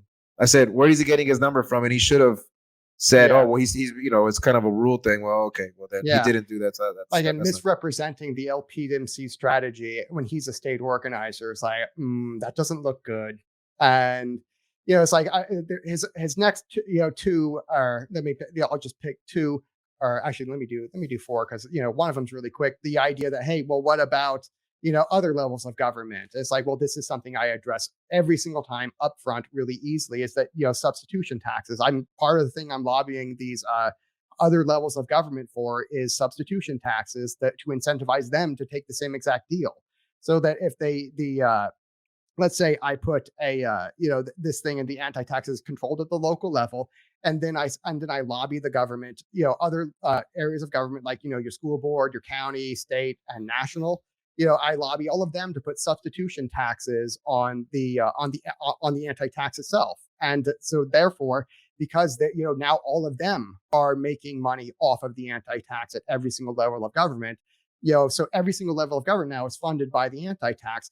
So now what I can do is, go up to them and make the same exact contract deal like the Peter Schiff thing with every single level of government. And the reason you would do this is that you might be afraid that your taxes might go up in the future. They might go down, they might go up, and you don't know what that is. And, you're incentivized to take the deal right now. They're incentivized to take the deal right now. You guys money, and you get, tax-free, no federal income taxes, no state taxes, no anything taxes for here into eternity. And you're in the clear. And they're better off for it and this is something I address every single time I talk about the anti-tax. And I don't know why he didn't, talk about that, or why he said he didn't know about that. Like this thing he claimed it was only for a local level. That's not true. It's like, if you listen to any of my talks, this is something that's obvious. And it's something I talk about every time. And he also claims like, oh, the incentives don't work because, rulers have an incentive to screw over their people to keep all of the anti-tax dollars for themselves. And, at first, like I would say source, it's like, even the, this is something that you do kind of see in like urban areas of like shitholes like California, where they're like burning the state to the ground, so unless, again, this is like for rural areas of red states. So, it's like, this is where this is going to work. And we've never observed something like that in a place like Lockhart, where they just want to burn their own city to the ground. Because let's face it, if this is true, that rulers have an incentive to screw over their people at the local level, well, then that incentive exists right now. Because, in Lockhart, there's $17 million sitting right there. That's, again, like 8 to 14 months of taxation, $17 million right there. And Drake is saying that, why doesn't the mayor of Lockhart go Hitler on his people right now, and he can become $17 million richer? Why doesn't he do that? It's like, because they're going to lose the election if they do that. The local level politicians are extremely accountable to the people. And, if the mayor of Lockhart decides to go Hitler, someone knows where he lives, and he's going to get a bullet in the back of the head, and this is where I talk about, Drake could afford to learn something from my archotropism lectures, where I talk about time preference for power. It's not that every single ruler has a leftist, preference for power. Some of them have low time preference for power, where they truly believe in having a small government that, just barely does its basic necessities, defending your natural rights, et cetera, et cetera. It's only in your urban areas where I already said this is not going to work, and he's, I don't know where he's getting this stuff. And he also says that, hey, when immigrants move to your small town, it dilutes the anti-tax over more people, which incentivizes more people to be anti-immigrants. I'm like, okay, so what's the problem? But as an anti-immigration guy, I'm like, sounds pretty good. But it's actually false. And the truth of it is that this is actually false, because the anti-tax would go to it's going to be going to the property tax first. And ideally, what you would do is you consolidate your sales tax and your corporate income tax and stuff like that into the property tax or the land tax, and just apply it all right there. And then you would apply the anti-tax to only that. And, but because if anybody moves into your rural area, well, that doesn't create a new piece of property, for someone to create, unless they're going to annex it. And then I still kind of consider that a good problem to have. And so, if someone moves in and they're renting, or they buy a place, if they buy a place, they're just, taking the place of a property tax owner who was already there. And, and if they rent, well, that doesn't change anything. They don't pay property tax, they pay rent. And so the property tax owner would still stay the same. And so, no, this idea that you're going to be distributing this tax over, a whole bunch of different people is actually false. And boy, do I wish we could be more anti-immigrant, but that's a different, that's another story. But that's a topic. That's a topic for when you come back on the third time, man. Because that I do want to ask you about. That sounds interesting. I didn't know you were that anti-immigrant. yeah, But we can get into that another time. Yeah, I do think this would be something that would be better for, also the people of Mexico if they were to start adopting this and, ditto South America and all that, because there's really nothing stopping them from doing the same exact kinds of idea. And I think that, and by the way, Mexicans are already moving back to Mexico, more than they're moving here. The net migration has been negative for, good like 4 or 5 years. And so, and by the way, it's a trend that's continued despite all of the caravans. So, the reason for this is that Mexico had a baby bust decades ago.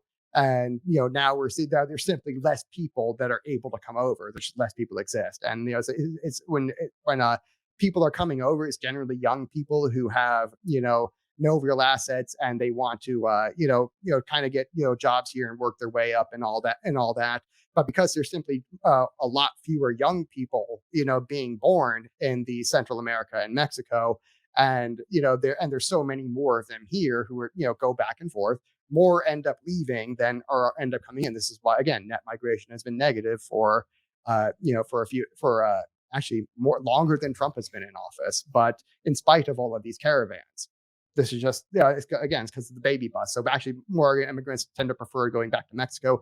This is going to get exacerbated by the USMCA, because what Trump did there, which was like truly genius, was he fucked over China. Because what he did was he turned Mexico into the next China.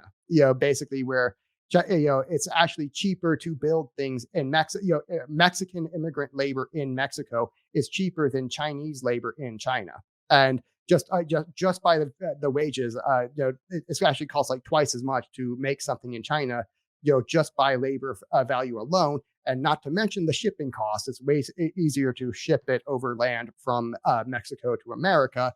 Then it's also energy is way cheaper there too. And, big thanks to their proximity to Texas.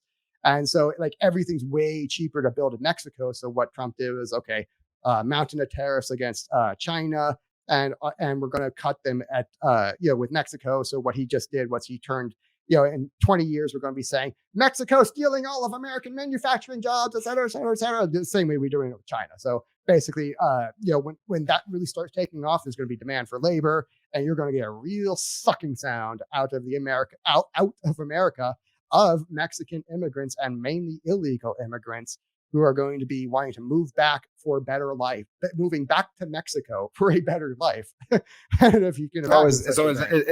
So is that when the wall's then going to keep them in? Yeah. So that's when the wall's kind of going to backfire. But at that point, they can kind of just self-report. It's like, hi, I'm here illegally. Can I get my free flight back? Yeah.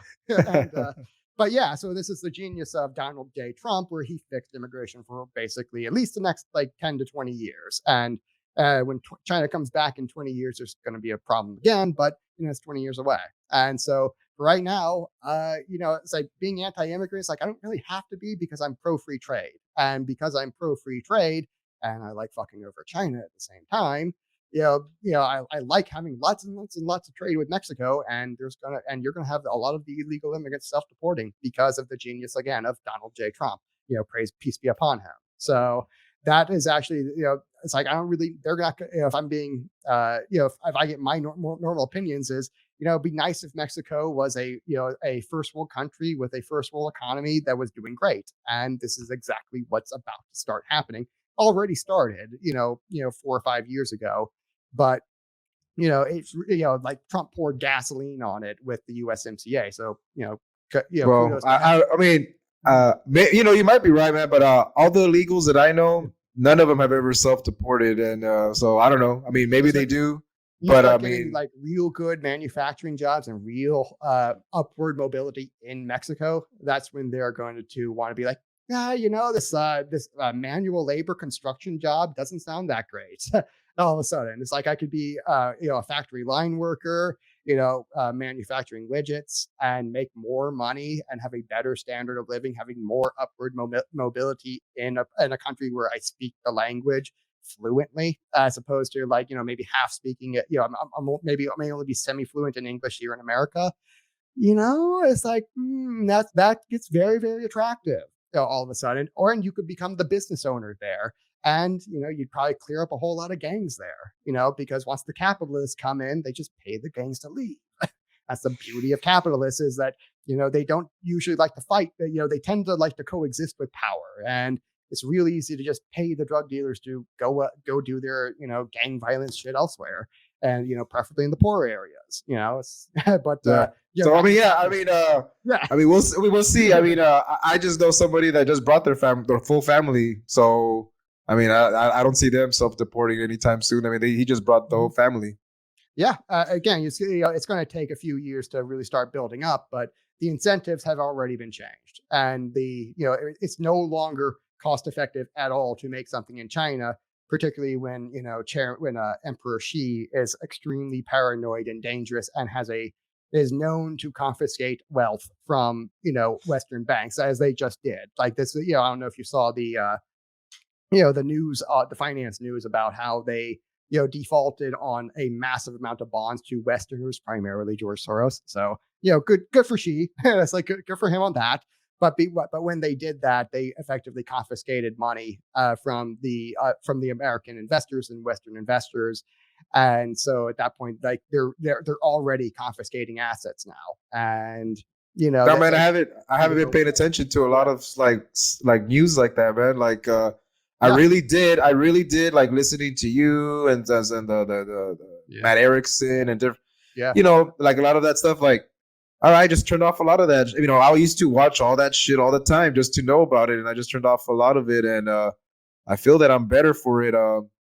But yeah, no, I don't know. I don't know a lot of shit that's going on like I used to know about all kinds of stuff, and I don't know. I guess it's it hasn't really changed anything other than I just don't know that shit, and I'm just doing other stuff. But hey, man, we've gone for 2 hours. I know you might have a couple of more things. Can you kind of give your summary of your how you're gonna the counter back, and then also kind of give a vision of how you see the anti-tax playing out in the next year, 2, 3, 4, 5, and then kind of tell everybody where they can get some of your information and how they can donate and help out if they want to. The most important part, if you want to if you like this idea, if this is attractive to you, and you want to help the lobbying effort, you can go to misesgop.org/donate and become a monthly donor. As it doesn't matter if it's $1, $2, $3, whatever it takes. We can get a lot more. It's like this is all it takes, because the beauty of my strategy is that I don't have to win Democratic majorities, all that much. I just have to convince politicians and donate money to their campaign to, make sure they vote the right way, and I'm just going to be buying power. This is a cheaper, better, faster strategy than having to win millions and millions of votes. And, and that's what the LPMC is trying to do, is like they need millions and millions and millions of dollars to make their strategy work. Mine takes maybe a few hundred monthly donors, who are donating like $5, $10, $15, or if there's any rich person out there who's wants to be the my Charles Koch or my Peter Thiel and just cut me a big check, we're all done. It's like, this is going to be really, really simple. This is a cheaper, better, faster strategy than what the LPMC is talking about, and we already talked about the LPMC a little bit and their strategy. And, again, I agree with 1/3 of their strategy, that, that being the local politics thing. I think that's a good system. I think that's a good idea. That's a good strategy. And I think that they should continue on doing that. The other two parts of intra-party stuff and, the national election with stuff, I think that's a waste of time. Again, it's and I think it assumes people are naturally good and naturally want liberty, and they're simply being denied it. There are people out there who think or libertarians in the LPMC who think that there's millions and millions of people out there who are libertarians and don't know it. And I think that's just false. And what we've observed, what we observed last year didn't prove that to you. Where again we had a crisis hit, and everybody wanted more government on the right and the left. They're like, we need government intervention right now, and we need massive historic levels of government intervention. And the question was, how historic are we going to make this government intervention? Not, are we even going to have it? And so, it's like, I think, because again, this archotropism exists for a reason. And this is one of the kind of the paradoxes of life, is that as I explained on your show last time, when we had monarchy versus democracy, the reason monarchy really keeps things small is that it puts everybody on one side of that equation. Remember how we said it was a risk versus reward thing? So for the people who are kind of getting taken from, it's always a negative value, so they always want to oppose it.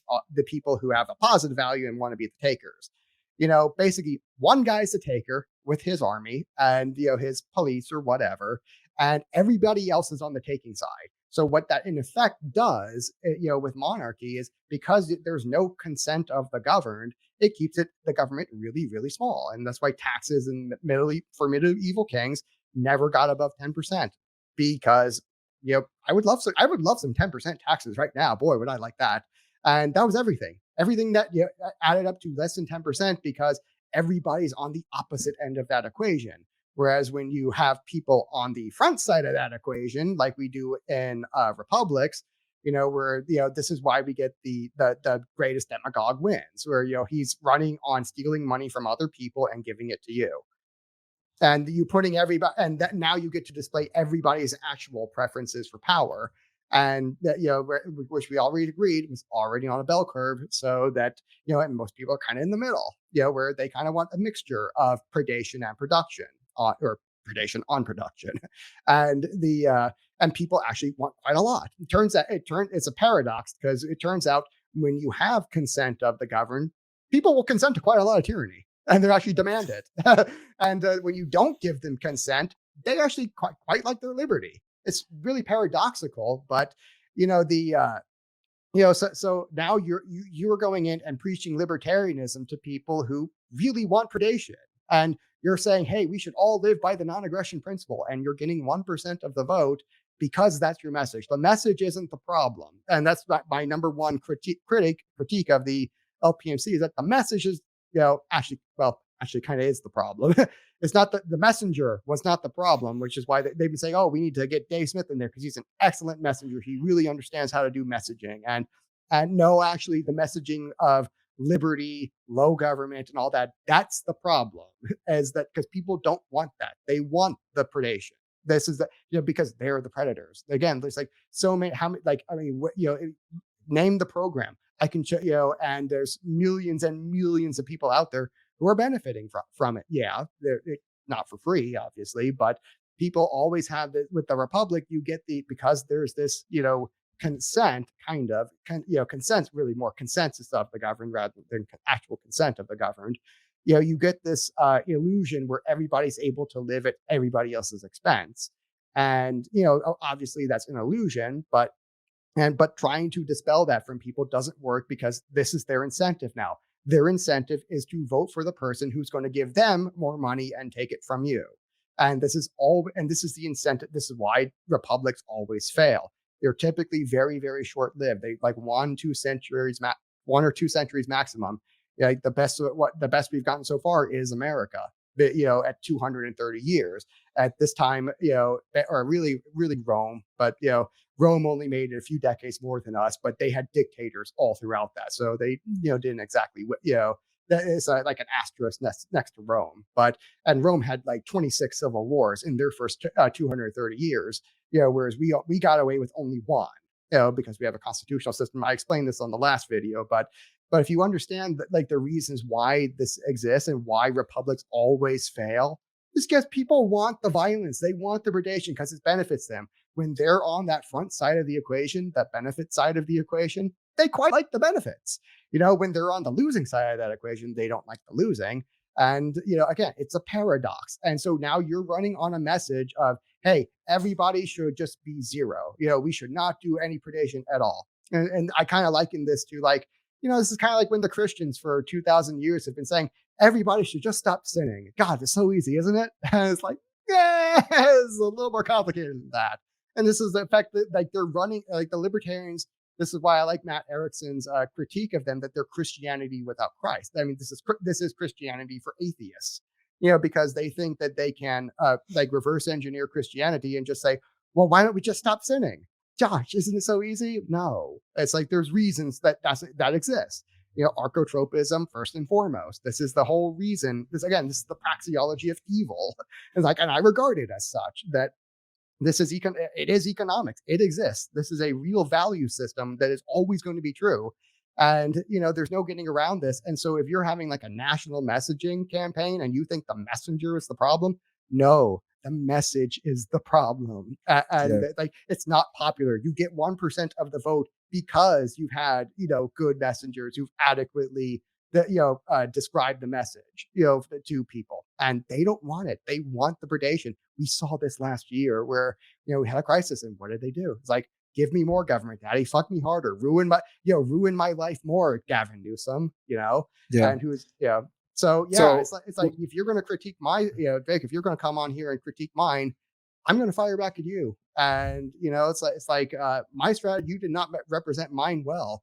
I just read yours like from Michael Heiss himself, and then disproved it using economics that you guys tend to like to ignore.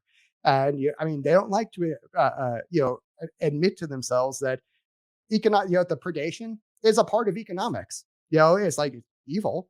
Doesn't matter. That's like, people don't care if it's evil. They like it because it's good to them. Fair enough, man. Yeah, man. Thank you for coming on. I appreciate your time for sure, because I know that you coming on to kind of clap back at somebody that came at you, and for sure, man. I just also want to just say that the show, the Libertinos show, is meant to kind of just be opening, like an opening of the door for people to hear these type of debates or these back and forward. And also, not a lot of Latinos would even know any of this stuff. And we just, they don't talk about stuff like this. And the ones that I know, yeah, man. So I'm a Latino, I will, and I'm like libertarians leaning. So, I'm going to watch the debates if Dave Smith gets on them. And I'm going to donate to you monthly. And I like violence, so I'm going to go to the boxing matches and drink and hang out. And that's just my life, man. And that's kind of what I'm trying to promote is, by the way, you can play with a lot of stuff and still be positive about it. By the way, I really like Latino immigrants, not so much the European immigrants. Yeah, it's like, it's really, when I say I'm anti-immigrant, it's in general, but specifically, like you said, I like this the joke from Owen Benjamin that they, like, the Latinos are great. They drink, they smoke, they fight. They're brown Irish people, and I'm 85% Irish. So it's like, you guys are great. It's like, you guys are not the problem. Oh, by the way, also Catholic.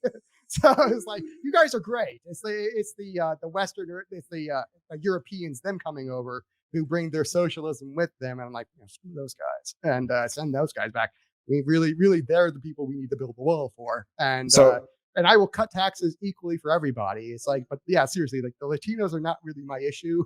It's the Europeans. That's perfect, man. So yeah, man, whenever what I'm gonna try to do soon is hopefully Matt is coming into Texas. You're in Texas. Buck's in Texas. I was gonna try to see if we could set up a little time here in my pad where we can all get together and do like a cool, do like a cool little show all together and see what's up. So I'm gonna reach out to them, and now that I know that you're down with the brown, we all hang out. But thank you, Andrew, for coming on, and appreciate it. And hopefully you can come on soon. Yeah, man, I love thank you for having me on. Thank you for giving me this chance to really set the record straight, and to fire back and have some real chingazos and fire. So all right, fair enough, man. Peace.